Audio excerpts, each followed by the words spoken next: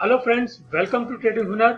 आज हम इस वीडियो में दीपक नाइट्राइट लिमिटेड का फंडामेंटल एनालिसिस करने जा रहे हैं। ये फंडामेंटल एनालिसिस हम FY20 का करेंगे, यानी जो साल मार्च 2020 में खत्म हुआ है हम उसका फंडामेंटल एनालिसिस करेंगे।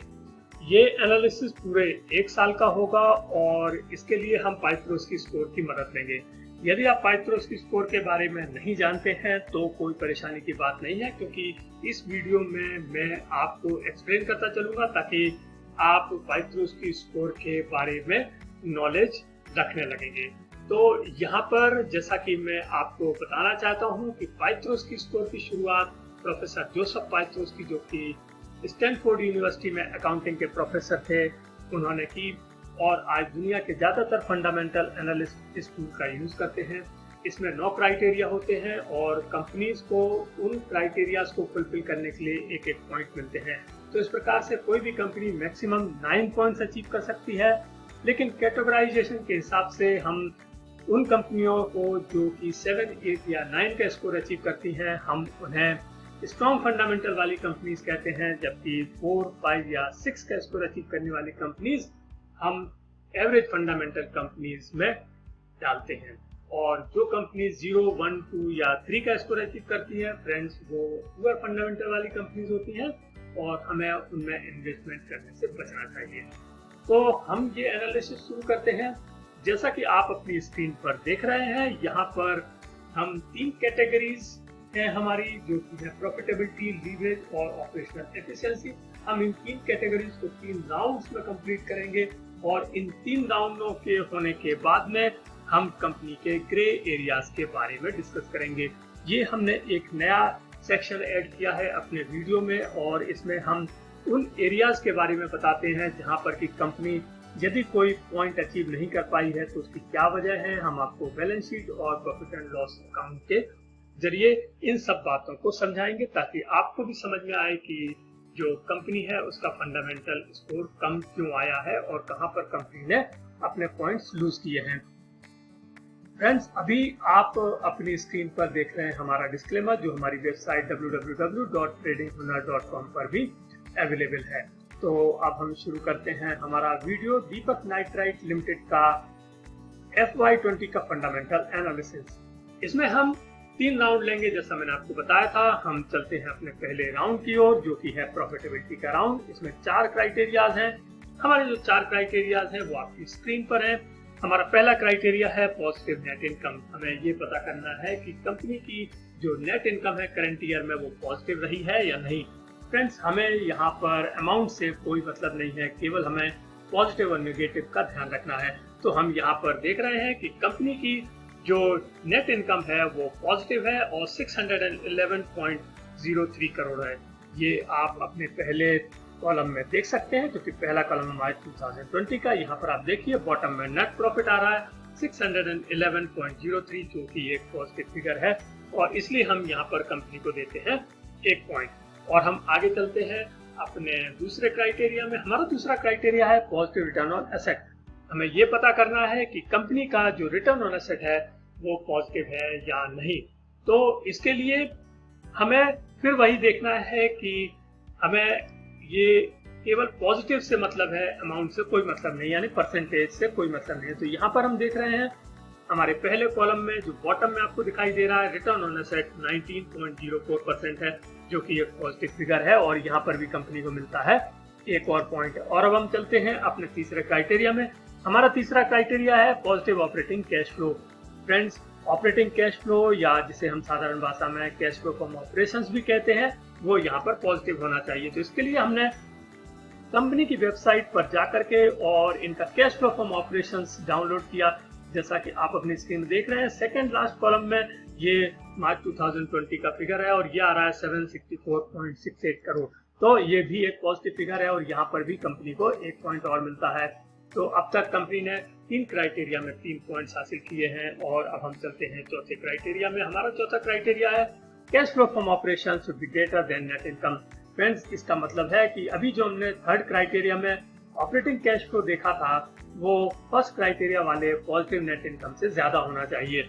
और यदि ऐसा होगा तो ही कंपनी को 1 पॉइंट मिलेगा। तो हम चेक करते हैं अभी अभी हमने देखा था कि कंपनी का जो कैश फ्लो फ्रॉम ऑपरेशंस है वो 764.68 करोड़ है, जबकि जो नेट इनकम है वो 611.03 करोड़ है। यानी इसका जो कैश फ्लो फ्रॉम ऑपरेशंस है वो नेट इनकम से ज्यादा है और यही इस कंडीशन को फुलफिल करने के लिए चाहिए था। तो यहाँ पर हम कंपनी को देंगे 1 पॉइंट। पहले आप डाटा को देख लीजिएगा, ये रहा इसका cash flow from operation 764.68 crore और ये रहा इसका नेट इनकम 611.03। तो ये कंडीशन फुलफिल कर दी है कंपनी ने, तो यहाँ पर भी कंपनी को 1 और पॉइंट मिलता है और इस प्रकार से प्रॉफिटेबिलिटी में कंपनी को मिलते हैं 4 पॉइंट्स। हमारा पहला राउंड कंप्लीट हुआ। पहले राउंड में कंपनी को मिलते हैं 4 में से 4 पॉइंट्स और जो स्कोर है कंपनी का वो हो जाता है 4।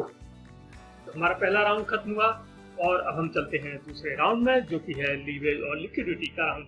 इसमें 3 क्राइटेरिया है। आइए देखते हैं कंपनी कैसे परफॉर्म करती है उन 3 क्राइटेरियाज में। जो सबसे पहला क्राइटेरिया है वो है lower ratio of long term debt in current year. Friends, यहाँ पर राउंड 2 और राउंड 3 में आपको कुछ वर्ड्स दिखाई देंगे, लोअर और हायर। इनका मतलब है कि हमें अपने डाटा को अब प्रीवियस ईयर के डाटा के साथ में कंपेयर करना है।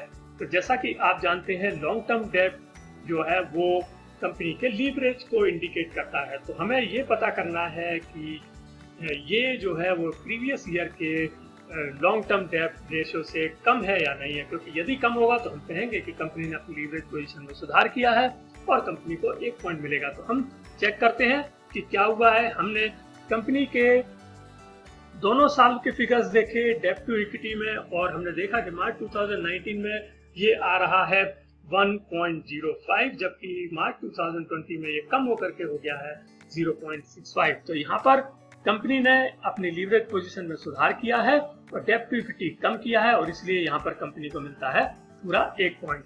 और अब हम चलते हैं अपने दूसरे क्राइटेरिया में। हमारा दूसरा क्राइटेरिया है our current ratio in current year. हमें ये चेक करना है कि कंपनी का जो करंट रेशियो है वो प्रीवियस ईयर से ज्यादा होना चाहिए करंट ईयर में, क्योंकि करंट रेशियो का मतलब है कि कंपनी की लिक्विडिटी। हमें ये देखना है कि कंपनी की लिक्विडिटी पिछले साल की अपेक्षा बड़ी है या नहीं है।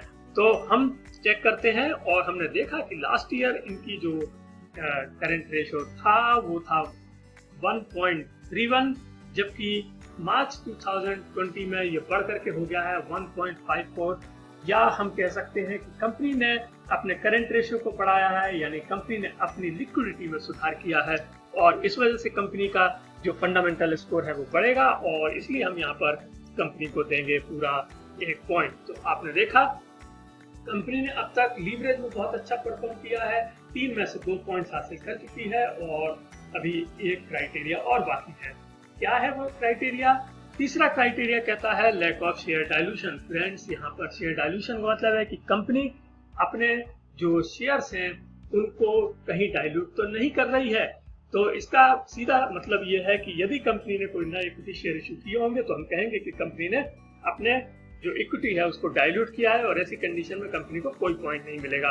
तो कंपनी को पॉइंट तभी मिलेगा यदि किसी भी तरह का कोई इक्विटी इशू नहीं आया होगा ड्यूरिंग द करंट ईयर। तो हम चेक करते हैं और हमने इसके लिए कंपनी की cash flow from financing activities download की और वहां से हमने देखा कि कंपनी ने किसी भी तरह का कोई इक्विटी शेयर से पैसा नहीं लिया है और इस प्रकार से हम कहेंगे कि कंपनी ने अपने इक्विटीज को डाइल्यूट नहीं किया है और यहाँ पर कंपनी को मिलता है 1 पॉइंट। तो इस प्रकार से कंपनी को लीवरेज में 3 में से 3 पॉइंट मिलते हैं और हमारा दूसरा राउंड खत्म हुआ। दूसरे राउंड में कंपनी को मिलते हैं 3 पॉइंट्स और कंपनी का जो स्कोर हो जाता है वो हो जाता है 7।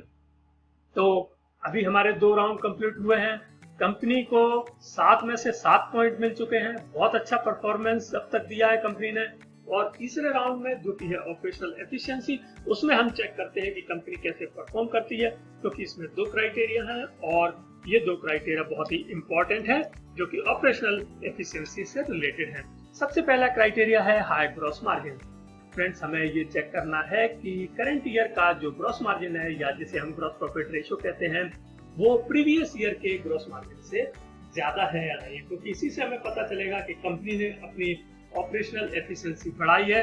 तो इसके लिए हमने डाटा चेक किया दोनों साल का और यहाँ पर हमने देखा कि कंपनी का जो ग्रॉस प्रॉफिट मार्जिन था मार्च 2019 में वो था 15.88 और मार्च 2020 में ये बढ़ करके 25.08 हो गया है और ये जो 2508% का जो फिगर आया है वो लगभग 10% ऊपर आया है पिछले साल की अपेक्षा। तो हम कहेंगे कि कंपनी ने अपनी ऑपरेशनल एफिशिएंसी में बहुत अच्छा सुधार किया है और इसने अपने ऑपरेटिंग एक्सपेंसेस को कम किया है और सेल को बढ़ाया है। तो यहाँ पर कंपनी को 1 पॉइंट मिलेगा क्योंकि ये इसने ऑपरेशनल एफिशिएंसी में बहुत अच्छा परफॉर्म किया है।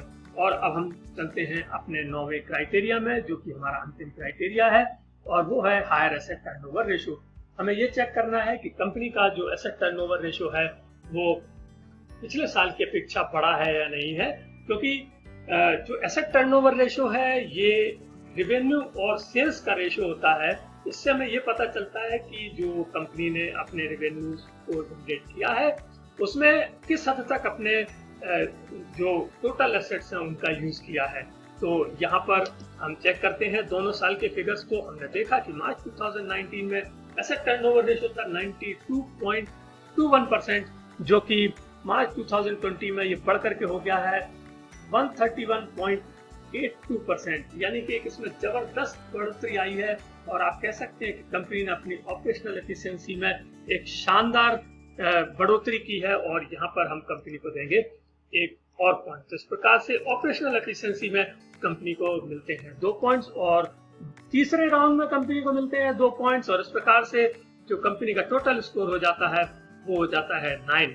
फ्रेंड्स, जो टोटल पॉइंट्स थे वो थे 9, और कंपनी को 9 आउट ऑफ 9 पॉइंट्स मिले हैं, जो कि एक बहुत ही शानदार स्कोर है। और जनरली मैंने देखा है कि इस साल मैंने बहुत सारी कंपनीज के फंडामेंटल एनालिसिस किए हैं, लगभग 100 से ज्यादा कंपनीज के मैं अब तक कर चुका हूँ, और मैंने अब तक केवल 4 या 5 कंपनीज में ही ऐसा देखा है जहाँ पर कि 9 आउट ऑफ 9 पॉइंट्स आए हों। तो यहाँ पर आप कह सकते हैं कि दीपक नाइट्रेट एक बहुत ही स्ट्रॉन्ग एरिया वाली कंपनी है, बहुत ही स्ट्रॉन्ग फंडामेंटल वाली कंपनी है। और अब हम देखेंगे कंपनी के ग्रे एरियाज। फ्रेंड्स, जैसा कि आपको पता चल रहा है कि कंपनी के पूरे 9 में से 9 पॉइंट्स हैं, कहीं कोई ग्रे एरियाज नहीं है, क्योंकि इसने जो प्रॉफिटेबिलिटी है उसमें जो 4 पॉइंट्स थे उसमें से 4 में से 4 हासिल किए हैं, लीवरेज में 3 में से 3 पॉइंट्स हासिल किए हैं, और उसने ऑपरेशनल एफिशिएंसी में 2 में से 2 पॉइंट्स हासिल किए हैं। तो इस प्रकार से इसने तीनों राउंड्स में अपने सारे पॉइंट्स हासिल किए हैं, और ये एक बहुत ही स्ट्रॉन्ग फंडामेंटल वाली कंपनी उभर के निकली है। तो फ्रेंड्स, आपको ये वीडियो कैसा लगा? यदि आपको वीडियो अच्छा लगा हो तो प्लीज लाइक कीजिएगा और शेयर कीजिए, और यदि आपने अब तक हमारे चैनल को सब्सक्राइब नहीं किया है तो प्लीज हमारे चैनल को सब्सक्राइब कीजिएगा, और कमेंट बॉक्स में आप बताइए कि आपको ये वीडियो कैसा लगा। साथ में आप यदि कोई और कंपनी का फंडामेंटल एनालिसिस चाहते हैं तो आप अपनी पसंद उसमें लिखिए। हम प्रयास करेंगे कि उस कंपनी का फंडामेंटल एनालिसिस का वीडियो बनाएं और यूट्यूब पर लोड करें। तो फ्रेंड्स, आपने इस वीडियो के लिए जो टाइम दिया है उसके लिए बहुत बहुत धन्यवाद।